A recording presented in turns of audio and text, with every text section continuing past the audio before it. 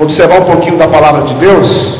A gente tem estudado o livro de Isaías e estamos no capítulo 2 ainda, e hoje nós vamos observar do versículo 10 até o versículo 21, tá? É um tempo aí de reflexão. O tema é Deus exaltado, o homem humilhado. Deus exaltado, o homem humilhado. Seguindo a palavra de Deus, nós vamos ver Isaías, tem 66 capítulos, e muitos dizem que é como se fosse a pequena Bíblia, né? Ele fala da redenção do povo, ele fala de Cristo, ele fala de muitas coisas a respeito da escatologia, das últimas coisas que irão acontecer. E nesse ponto aqui em especial, ele está falando sobre de uma forma poética, a escatologia, ou o tratar de Deus para aqueles que o desobedecem. Geralmente em muitas igrejas não se fala mais sobre a ira de Deus, que também é um atributo de Deus. A palavra ira significa um intenso sentimento de ódio ou rancor. Ódio é definido como aversão intensa, e rancor é mágoa guardada por uma ofensa ou um mal recebido. Assim é a ira. E a Bíblia nos diz que a ira é um dos atributos divinos. Como a gente entender isso? Deus, ele também é irado, e temos que falar acerca disso, porque a ira dele também demonstra a sua justiça. A ira também demonstra o seu amor. E é interessante a gente entender isso, né? Temos estudado na escola dominical sobre a eleição, temos falado sobre a questão da soberania de Deus em escolher alguns no meio de tantas pessoas neste mundo. E aí ele demonstrando a sua graça, porque todos nós merecíamos ir para o inferno e ficar separado de Deus eternamente. Vamos entender melhor isso. O hábito moderno na maioria das igrejas é falar pouco sobre esse assunto. Quem ainda crê na ira de Deus, nem todos o fazem, fala pouco sobre ela, e talvez pense pouco sobre isso, sobre esse assunto. A igreja prega mais hoje em dia sobre o amor de Deus, mas temos que observar esse outro lado tão importante para a gente entender o que Deus nos livrou. A gente tem que ter uma perspectiva ou um quadro que a gente possa olhar e dizer assim: olha, eu tenho uma ideia do que Deus me livrou. É interessante a gente observar isso. Em uma época que se tem vendido vergonhosamente aos deuses da ganância, orgulho, sexo e egoísmo, a igreja apenas emite murmúrios sobre a bondade de Deus e quase nada anuncia sobre seu julgamento. Mesmo que os seres humanos, ao que chamamos de indignação justa, embora talvez seja raramente encontrada, entretanto toda a indignação de Deus é justa. Toda a indignação de Deus é justa.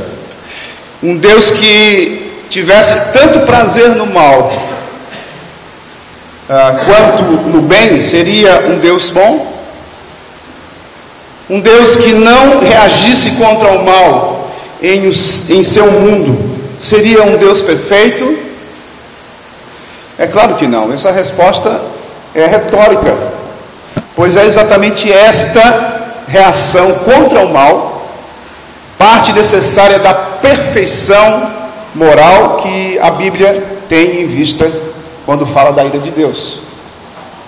Assim, Isaías, ele continua o seu tema de julgamento, como nós vimos na semana passada, de julgamento divino, em um poema firmemente estruturado.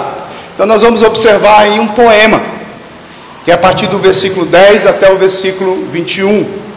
Há duas seções principais, do versículo 10 até o versículo 17 do capítulo 2 de Isaías, e a partir do versículo 18 até o versículo 21.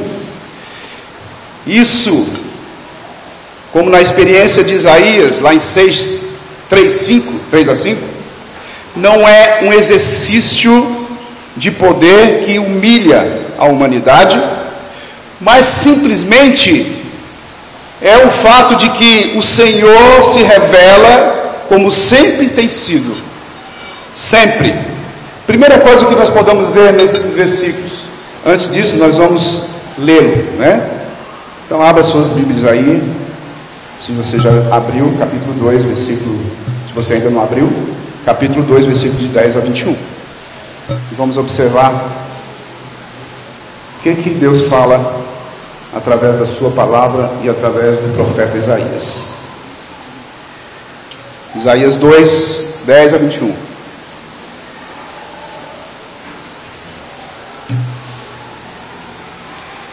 Vai, entra nas rochas e esconde-te no pó, ante o terror do Senhor e a glória da sua majestade. Os olhos altivos dos homens serão abatidos, e a sua altivez será humilhada. Só o Senhor será exaltado naquele dia. Porque o dia do Senhor dos exércitos será contra todo soberbo e altivo, e contra todo aquele que se exalta para que seja abatido, contra todos os cedros do Líbano, altos, muito elevados, e contra todos os carvalhos de Bazã, contra todos os montes altos, e contra todos os outeiros elevados, contra toda a torre alta, e contra toda muralha firme, contra todos os navios de Tarsis, e contra tudo o que é belo à vista.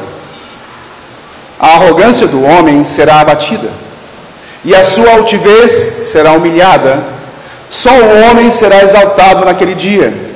Os ídolos serão de todo destruídos. Então os homens se meterão nas cavernas das rochas e nos buracos da terra, ante o terror do Senhor e a glória da sua majestade, quando ele se levantar para espantar a terra. Naquele dia, os homens lançarão as topeiras e aos morcegos e os seus ídolos de prata e os seus ídolos de ouro, que fizeram para ante eles se prostrarem, e meter-se-ão pelas fendas das rochas e pelas cavernas das penhas, ante o terror do Senhor e a glória da sua majestade, quando ele se levantar para espantar a terra. Afastai-vos, pois, do homem cujo fôlego está no seu nariz, pois em que é ele estimado. Vamos mais uma vez orar ao Senhor.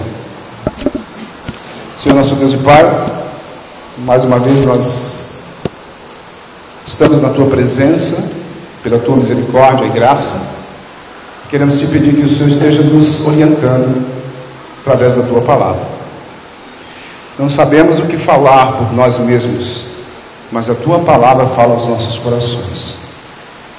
Nós queremos Te pedir e Te suplicar, Senhor, que Teu Santo Espírito que está em nossas vidas possa agir e nos dar o discernimento necessário para entendermos a Tua voz através das Escrituras.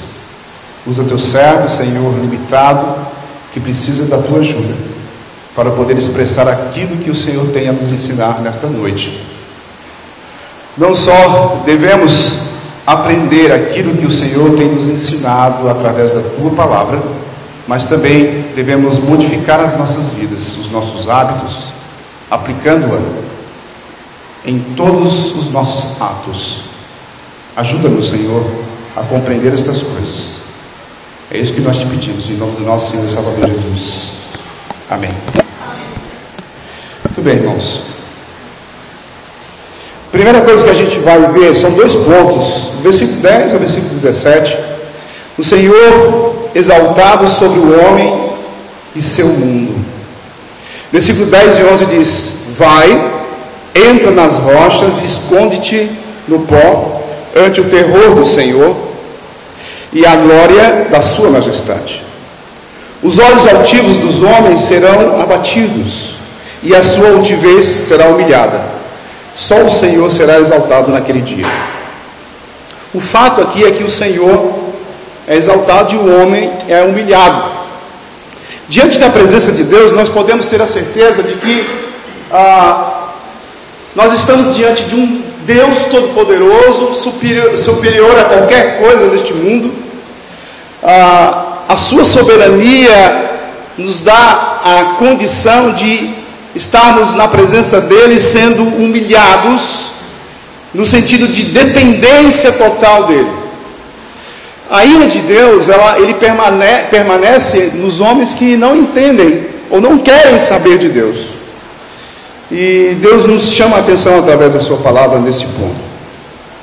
O profeta, no versículos 10 e 11, o profeta se volta agora para o povo e o adverte a buscar refúgio do terror vindouro, da ira de Jeová, que abaterá os olhos altivos dos homens. Quando a gente olha para o mundo hoje, nós vemos corrupção em cima de corrupção. Nós temos exemplos claros na nossa nação, mas isso não acontece só aqui, nós sabemos disso, talvez de uma intensidade menor em outros países mais organizados, de intensidade maior em outros, mas isso não significa que devemos ficar alheios a isso e entender que, através das Escrituras, nós podemos ver um homem na sua ignorância de entender que Deus existe e Ele é quem lhe dá todo o suporte para a vida. Agora, nós entendemos isso porque fomos tocados pelo Espírito de Deus. A referência aqui no versículo 10, da rocha e a terra, o pó, essa expressão é até irônica, porque a ironia também é usada na palavra através do profeta, inspirado por Deus, mas ele fala contra os inimigos humanos. Deus Todo-Poderoso contra os inimigos humanos. Esses expedientes são suficientes. Nós temos um exemplo, por exemplo, de Juízes, capítulo 6, versículo 16. Se você quiser abrir a Bíblia lá em Juízes, capítulo 6, versículo 16, onde o contexto ali é o contexto dos medianitas tentando atacar Israel, e Deus chama Gideão. Gideão diz: olha, eu não tenho condições, eu sou pobre, nós somos um povo pobre, e eu sou o menor de todos eles. E aí no contexto aqui, Deus conversando com ele, Deus diz assim: torna-lhe o Senhor, versículo 16 do capítulo 6 de Juízes, tornou-lhe o Senhor: já que eu estou contigo, ferirás os medianitas, como se fosse um só homem. Deus está mostrando a sua soberania, a sua grandeza. Não importa o número dos inimigos, Ele esmagará como se fosse um só homem, nesse contexto. Então nós podemos ter uma visão clara na questão do poder de Deus nesse sentido. Os homens tentam tirar Deus da vida deles. Não existe Deus para eles, porque eles vivem uma vida somente voltada para o seu próprio eu. Então nós vimos na semana passada, nos versículos anteriores, que contra Deus os recursos terrenos eram vanglória deles. Então vimos na semana passada que eles tentavam fazer com que a sua riqueza, o seu poder sobressaísse o Deus Todo-Poderoso. E o profeta Isaías está chamando a atenção deste povo. Nós não estamos falando de um povo que não é o povo de Deus. Ele está falando do povo de Deus, escolhido, que estavam obstinados, porque agora estavam ricos e tinham condições de achar que poderiam viver por si só. Vimos isso na semana passada. A expressão esplendor, em algumas versões, ou glória, é a glória demonstrada visivelmente, e a majestade mostrando que ele é um alto, que significa exaltação, ser alto, exaltado, é Deus quem é desta forma. Para a arrogância humana ser humilhada, nós vemos aí no versículo 11, Deus não permitiria que o seu povo se tornasse orgulhoso, autoconfiante, mas humilharia e cortaria como árvores na floresta.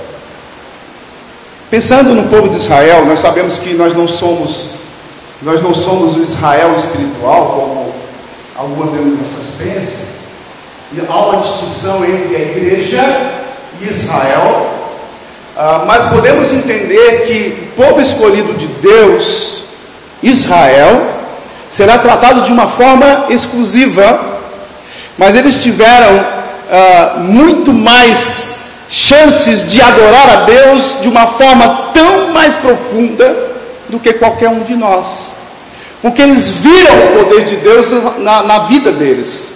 Libertação do povo do Egito, por exemplo, a abertura do Mar Vermelho, as colunas de fogo, e assim por diante. Gideão aqui, quando ele está falando com Deus, ele pede prova. Interessante, e Deus ainda dá prova para ele, para mostrar, olha, você duvida de mim, mas eu ainda vou provar para você.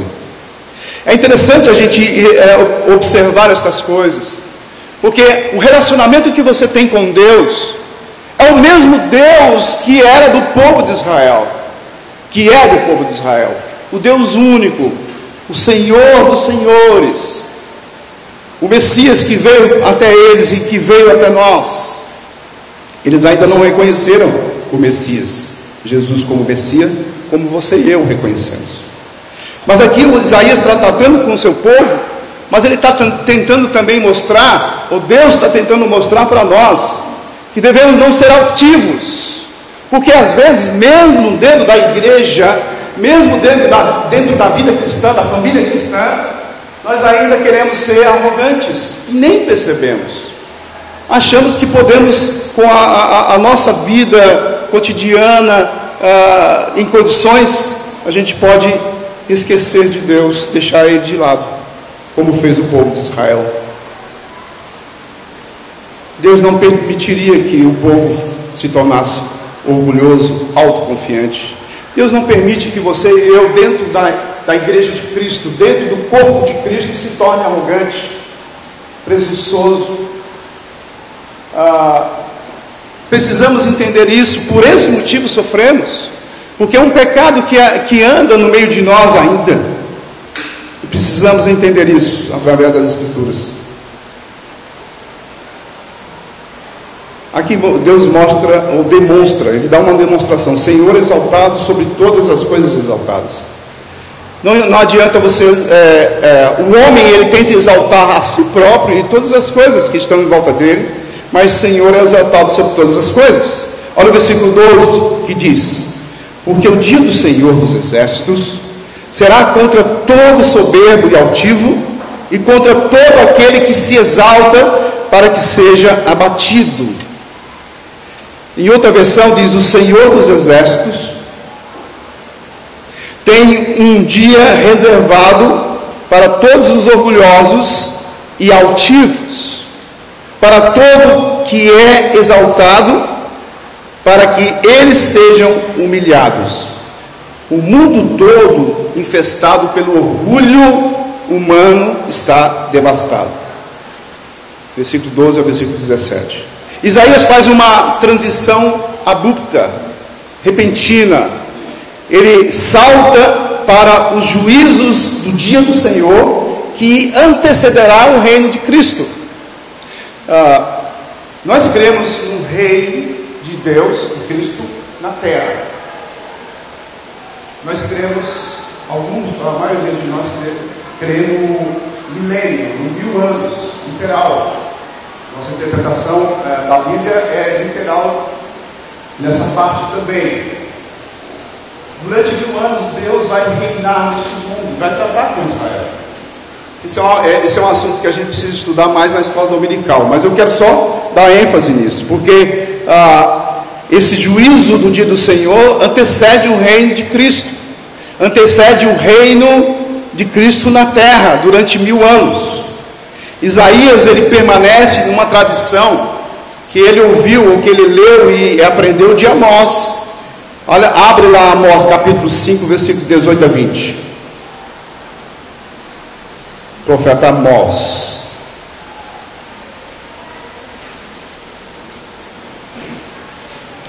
Amós capítulo 5, versículo 18 a 20 diz o seguinte: ai de vós que desejais o dia do Senhor. Para que desejais vós o dia do Senhor? É o dia de trevas e não de luz. Como se um homem fugisse de diante do leão e se encontrasse com ele um urso, ou como se entrando em casa, encostando a mão na parede, fosse mordido por uma cobra. Versículo 20: não será, pois, o dia do Senhor trevas e não luz? Não será completa escuridão sem nenhuma claridade? É interessante a gente observar isso. Ou seja, toda coisa exaltada, quer natural, quer feita por mãos de homens, mãos humanas, de alguma maneira reflete o orgulho arrogante da humanidade, e por isso cai quando esta cai. O povo de Deus estava caindo nisso. Olha o versículo 13, voltando ao versículo 13 de Isaías, capítulo 2. Isaías 2, 13 e 14, diz assim: contra todos os cedros do Líbano, altos muito elevados, contra todos os carvalhos de Bazã, contra todos os montes altos e contra todos os outeiros elevados. Ao longo da passagem, a expressão contra todos, nós vemos aqui, a partir dos versículos 13. E a gente observa que há uma ambivalência, uma percepção duplamente oposta, um contraste, a percepção do Antigo Testamento do mundo criado. Vamos entender isso: o mundo criado como o mundo de Deus está do lado dele, mas está como o mundo da humanidade, envolvido na maldição trazida pelo pecado da humanidade. Nós vivemos numa dualidade: é um mundo que é de Deus, mas que ao mesmo tempo foi entregue para ser administrado pelo mal. Interessante, porque Satanás atua neste mundo e ele faz de tudo para que nós venhamos a perverter a nossa visão, mesmo os cristãos, ou principalmente nós, como foi com o povo de Israel. Quantos de nós temos uma visão correta de quem é Deus? Quantos de nós entendemos que Deus, ele é amor, mas também é ira? Ele não deixa que alguma coisa que nós façamos contra Ele, contra a vontade dEle, não seja punida de alguma forma em justiça. Mesmo aqueles que foram alcançados pelo poder e pelo Espírito Santo de Deus. Como Ele fez com o povo de Israel, está fazendo e tratando ainda. O povo tem sofrido durante muitas e muitas décadas e séculos, até ser tratado no momento certo. Deus trata a gente também, e às vezes não percebemos, e às vezes nós murmuramos, às vezes nós dizemos: Senhor, o que está acontecendo com a minha vida? O que está acontecendo com o povo de Deus na igreja? Por que andam tantas pessoas desanimadas? Por que a igreja não tem sido uma igreja avivada, uma igreja onde todos sabem o que devem fazer e faz? Então a gente percebe que esse mundo caído, esse mundo criado, existe uma dualidade, porque nós sabemos que tudo é de Deus, tudo Deus fez, tudo é abençoado por Deus, mas o sistema tem nos corrompido de uma forma muito grande, até no meio cristão. Os espinhos de Gênesis 3:18 são ao mesmo tempo a hostilidade da natureza com o pecador e a corrupção da natureza pelo pecado. Nós vemos isso lá em Romanos capítulo 8, versículo 20 a 23, que diz o seguinte: pois a criação está sujeita à vaidade, não voluntariamente, mas por causa daquele que a sujeitou, na esperança de que a própria criação será redimida do cativeiro, da corrupção, para a liberdade da glória dos filhos de Deus. Versículo 22 diz: porque sabemos que toda a criação a um só tempo geme e suporta angústias até agora, e não somente ela, mas também nós, que temos as primícias do Espírito, igualmente gememos em nosso íntimo, aguardando a adoção de filhos, a redenção do nosso corpo. Então, o apóstolo Paulo, ele é bem claro aí em Romanos. Nós aguardamos, mas sofremos. E às vezes sofremos por culpa nossa mesmo. Olha o versículo 15 de Isaías. Ele continua lá dizendo: contra toda torre alta e contra toda muralha firme. A torre e o muro representam todas as maneiras como o povo se vê independente de Deus e como autor da sua própria segurança. Então vamos entender isso.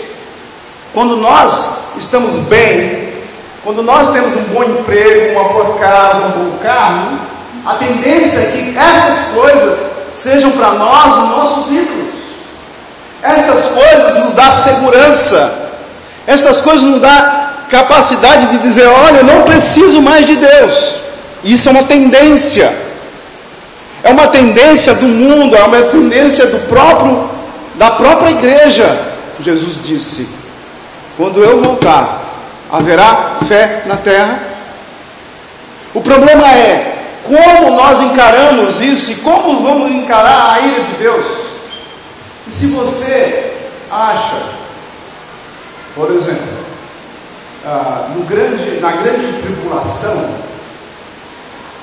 naquele momento quando Jesus vier e levar a sua igreja, levar a sua igreja e tirar desta ira de Deus, desse tempo de 7 anos, você não vai participar desta ira.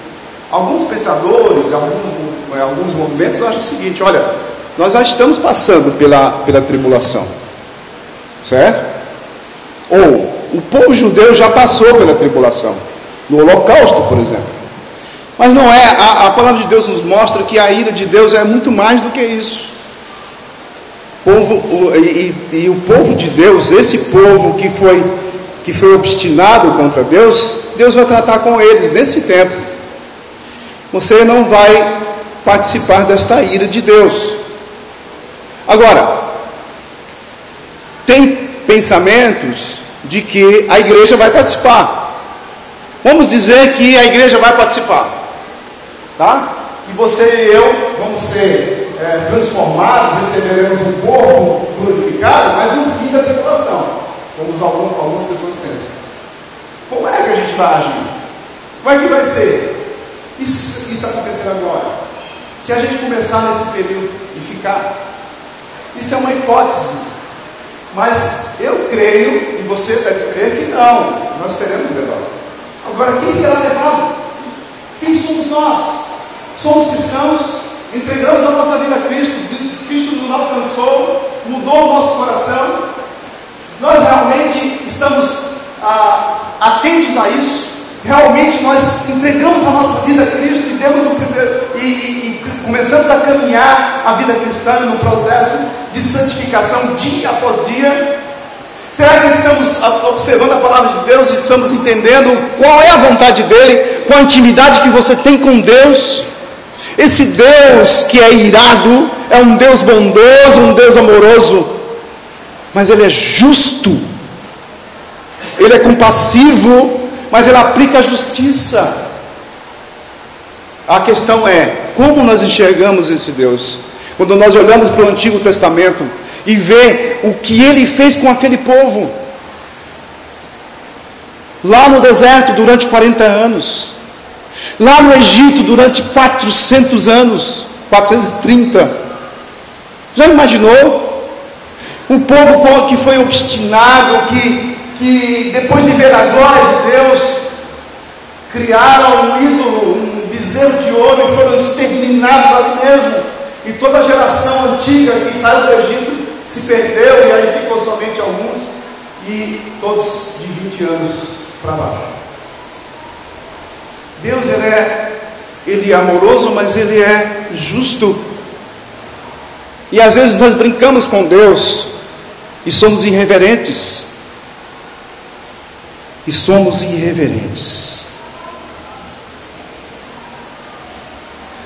O versículo 16 diz: contra todos os navios de Tarsis e contra tudo o que é belo à vista.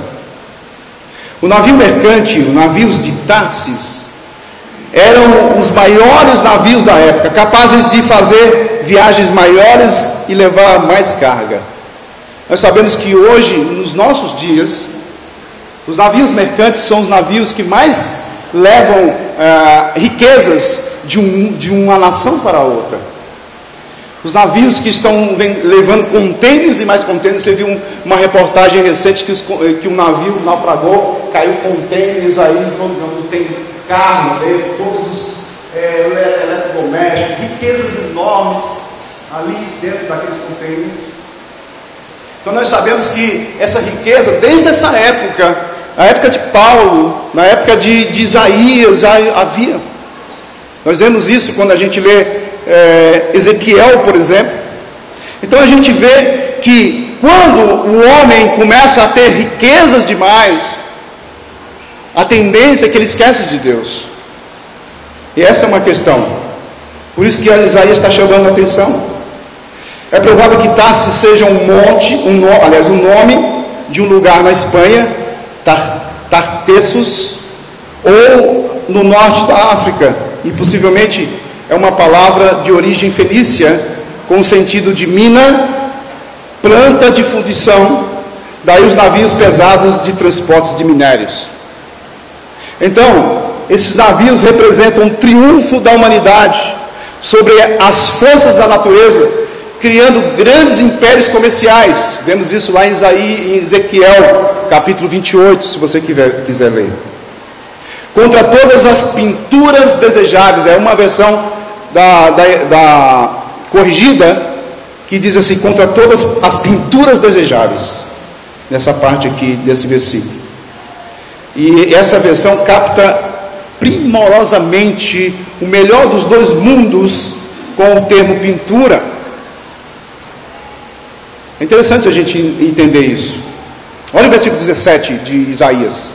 Diz o seguinte: a arrogância do homem será abatida, e a sua altivez será humilhada.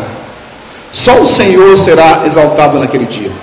Quando a gente olha para as corrupções da nossa nação, nós falamos: olha, o país não tem justiça. Eles fazem e rir da nossa cara, porque eles sabem que eles não serão punidos, mas a justiça de Deus, eles não escaparão.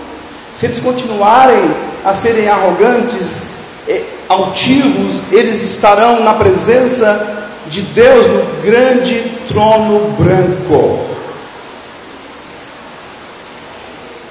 Ou pela misericórdia de Deus, talvez alguns deles serão salvos antes disso. E eu e você, como nós temos lidado com isso? Se um Deus que é Deus, que criou todas as coisas, Ele tem um poder de te salvar pelo poder do sangue do seu Filho, Ele tem o poder de te tirar deste mundo e você viver eternamente longe dele. Agora, interessante, o poder que ele exerce não é o poder da sua vontade em relação a isso, porque o próprio homem se desviou dos caminhos de Deus. O próprio homem abandonou a vontade de Deus. O próprio homem disse: não, eu não quero saber. O Senhor me mandou fazer isso? Eu não vou fazer isso não, vou fazer isso. E pronto. E as consequências surgiram até os nossos dias. Por isso nós morremos, por isso nós sofremos. Mas diante disso, Deus, na sua misericórdia, nos dá um presente tão maravilhoso, e às vezes, e na maioria das vezes, nós não olhamos para esse presente. Nós não entendemos. Nós achamos que devemos viver uma vida do jeito que a gente quer que vivamos. Ser crente, ser cristão não é brincadeira. Porque às vezes nós somos arrogantes, nós somos altivos diante de um Deus tão bondoso que é justo. O Senhor dos Exércitos tratará de toda arrogância humana, seja de indivíduos, cedros e carvalhos, nós vimos isso anteriormente, seja de governos, os montes altos e outeiros elevados, seja do comércio, navios e tudo o que é belo à vista. A arrogância do homem será abatida e só o Senhor será exaltado. Os ídolos serão abandonados. Segundo lugar, versículo 18 a 21. O Senhor é exaltado sobre os não-deuses. Olha o versículo 18 e 19, que diz: os ídolos serão de todo destruídos. Então os homens se meterão nas cavernas das rochas e nos buracos da terra, ante o terror do Senhor e a glória da sua majestade, quando ele se elevar para espantar a terra. É interessante porque quando nós olhamos Isaías, o maior profeta do Antigo Testamento, nos chamando a atenção do povo escolhido de Deus, às vezes alguns acham que isso tudo é uma alegoria, é só uma comparação. Não, isso não é o que Deus quer do seu povo. A glória da sua majestade se levanta para espantar a terra. Qual é o fato disso daqui? O Senhor exaltado e os não-deuses e também os homens desaparecem. O poema caminha para o seu ponto culminante. Primeiro, é o fato do triunfo do Senhor sobre os ídolos, os não-deuses. Os ídolos são expostos como inúteis.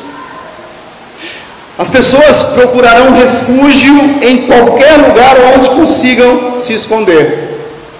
Talvez também, em sua percepção, o povo olhasse com complacência para aquele dia, quando o Senhor interferirá de forma notável e final, como se os aspectos de vingança do dia fossem para os de fora da aliança, enquanto para os nascidos na aliança só haveria bênção e alegria. Nós somos assim. Olha, muitas vezes nós achamos que por estar dentro da igreja nós estamos totalmente protegidos. Nós achamos que por entregar a nossa vida a Cristo, nós achamos que Deus vai sempre dar os escapes. Nós ouvimos muito isso no culto de oração. Não é errado você, em ações de graça, dizer: olha, Deus me livrou. Olha, Deus me livrou. Faltou pouco para eu ser atropelado. Mas às vezes ele diz: olha, que bom, Deus me livrou, mas Ele não livrou o outro que foi atropelado. Deus me livrou. Deus está sentado numa praça um pouco mais adiante de uma árvore que caiu, mas não livrou do outro, que era dedicado ao Senhor. Como nós entendemos isso? Deus tem propósito para cada um. Ele entende o que nós necessitamos. Às vezes, coisas difíceis acontecem na nossa vida para a gente entender que precisamos honrar a Deus. É interessante porque com tudo isso, o irmão honra mais do que antes. Eu só sabia do Senhor de ouvir falar, agora eu ando com Ele. Você espera que Deus faça algo tão forte com você, para que você olhe para Deus e diz: Senhor, foi pesado, mas agora eu vou andar com o Senhor. Quantas vezes Deus tem nos mostrado na palavra isso? A gente precisa olhar para nós mesmos e avaliar a nossa vida cristã. O privilégio do nascimento, diz Amós, só tornava o julgamento uma certeza maior. Olha só,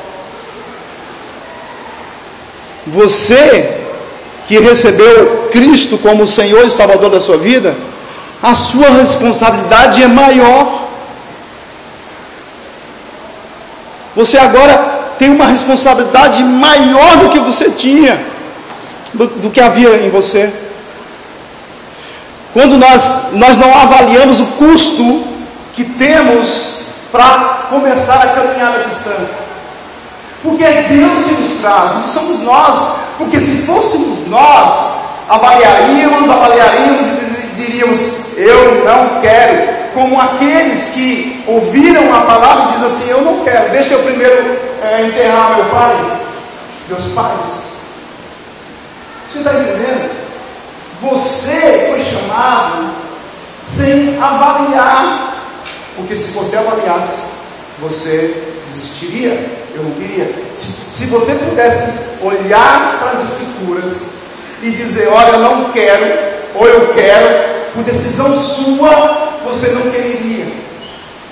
Agora é interessante porque Deus nos chama e nos dá condição para avaliar, sim, avaliar, porque andar na vida cristã não é brincadeira, e dizer: Senhor, eu vou andar neste caminho que é estreito, que é duro, que é difícil, eu vou abdicar de muitas coisas, eu vou deixar muitas coisas de lado, porque eu vou avaliar, eu vou ver o que é importante para mim, o que é prioridade para mim, porque agora eu sou cristão.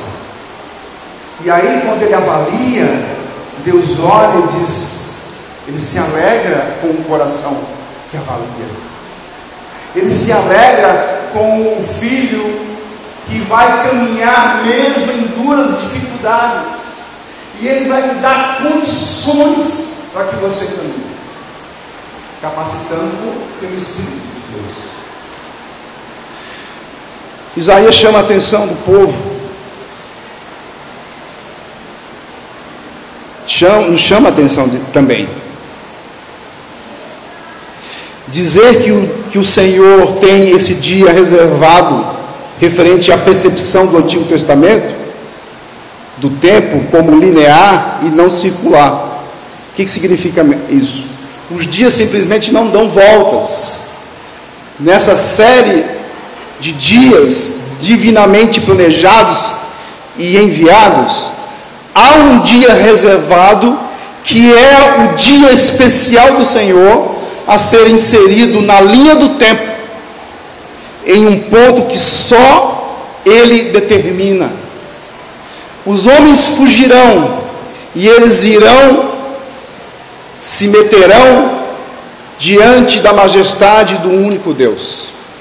As cavernas e os buracos representam tanto o natural quanto o feito pelos homens. As pessoas fugirão para qualquer lugar que lhes pareça um refúgio, quando os homens tentarão escapar da sua ira e das consequências dos seus pecados. Então, nesse momento, irmãos, ficará claro que o transitório ser humano é indigno de confiança. Só o Senhor merece a completa confiança de seu povo.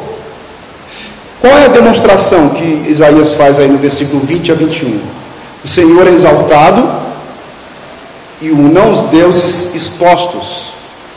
Versículo 20 e 21 diz: naquele dia os homens lançarão às topeiras e aos morcegos os seus ídolos de prata e seus ídolos de ouro, que fizeram para ante eles se prostrarem, e meter-se-ão pelas fendas das rochas e pelas cavernas das penhas, ante o terror do Senhor e a glória da sua majestade, quando ele se levantar para espantar a terra. As pessoas ficarão indefesas. Os não-deuses recebem mais ignomínia, mais desonra extrema, à medida que os seus inimigos devotos renunciam e eles reconhecem a sua inutilidade. Não adianta a gente ter tantas riquezas e não ter Deus, porque no momento da aflição, no momento do dia do Senhor, não vai adiantar se ele tem uma casa boa, se ele tem um carro bom, se ele tem riquezas, se ele não confiou no Senhor. Não vale de nada. Esses deuses não vai lhe trazer proteção. Quando eu falo de riquezas, de carro, de casa, irmãos, eu tenho que sempre explicar melhor. Não é pecado você ter todas essas coisas, de maneira nenhuma, desde que você glorifique o nome do Senhor, desde que você coloque em ação de graça aquilo que o Senhor tem feito por você, como um canal de bênção para as outras pessoas. Por exemplo, quando você tem dinheiro, você pode financiar a obra de Deus. É isso que a igreja tem acontecido na igreja ao longo de toda a sua existência, desde o momento em que Jesus instituiu a sua igreja até os nossos dias e até Cristo voltar. A igreja, ela é financiada pelo trabalho do homem, que o trabalho é digno de toda a honra, no sentido de financiar a obra do Senhor. Agora, os deuses, eles são desonrados porque os inimigos são devotos, mas renunciam eles depois, reconhecendo a sua inutilidade. Esse é o ponto culminante da denúncia de Isaías do orgulho humano. Ele está falando do orgulho humano. Os nossos deuses é o nosso orgulho. Nós somos orgulhosos muitas vezes, na maioria das vezes. E o nosso orgulho é um Deus em nossa vida. Então, neste dia, considerar-se-á que esses deuses não servem para nada e eles serão atirados fora. A idolatria não é mais poderosa do que o seu ídolo, e este não é menos impotente que ele. O termo atirarão, lançarão, é uma expressão do desgosto da idolatria e inércia do ídolo como mero objeto descartado. O que nós podemos aprender com tudo isso? Quero dizer, irmãos, que essa passagem é uma passagem difícil. Poucos pastores pregam nessa passagem. Tá? Eu tenho pesquisado isso. Ela é difícil porque, ao mesmo tempo, Isaías está falando da ira de Deus para com o seu povo. Ao mesmo tempo, ele fala dos homens que não querem saber de Deus. Ele fala tanto daquele que confia em Deus, como aquele que não confia. Ele fala que mesmo aquele que não confia será também abatido, é lógico, mas aqueles que confiam em Deus, ainda mais por confiar e não obedecer, serão mais abatidos ainda. Como a gente compreende isso? Está entendendo? Porque o povo de Israel é um povo especial. Você queria ser um povo especial no tempo do Holocausto, Segunda Guerra Mundial? Um povo que adorava somente Deus, que procurava fazer a vontade de Deus, mas eles foram levados foram escarnecidos, entraram na ignomínia, morreram de fome, morreram de sede, morreram de queimados, morreram asfixiados, porque eram o povo de Deus. Agora você olha para o povo de Deus e olha para a igreja de Deus. Será que nós, como igreja especial, a noiva de Cristo, aquela que foi salva, que Deus morreu por ela, que Jesus morreu por ela, será que nós vamos agir igual o povo de Israel?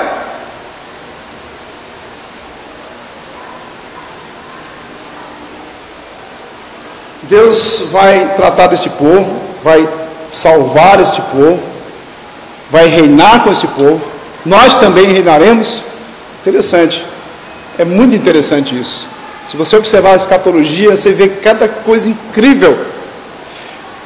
Se você não confia na volta de Cristo, se você não confia que um dia você estará com Deus eternamente, e todas as coisas serão resolvidas, não haverá mais choro, não haverá mais sofrimento, não haverá mais nada disso.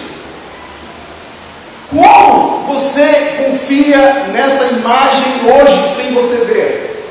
Só pela graça e Espírito de Deus em você que fará isso. Por esse motivo, se você olhar para a eternidade, se você olhar para as promessas de Deus na sua vida, você deveria agir diferentemente hoje do já e ainda não. Nós já estamos sentados nas regiões celestiais com Cristo. Nós já estamos desfrutando do que Deus tem prometido para nós, o que Cristo tem dito na sua oração sacerdotal, o que Deus tem mostrado lá quando Ele está dizendo que Ele foi preparar o lugar. Se nós não confiarmos nisso, nós seremos os mais medíocres dos homens na terra, se dizendo cristãos, discípulos. Amém? Senhor nosso Deus e Pai,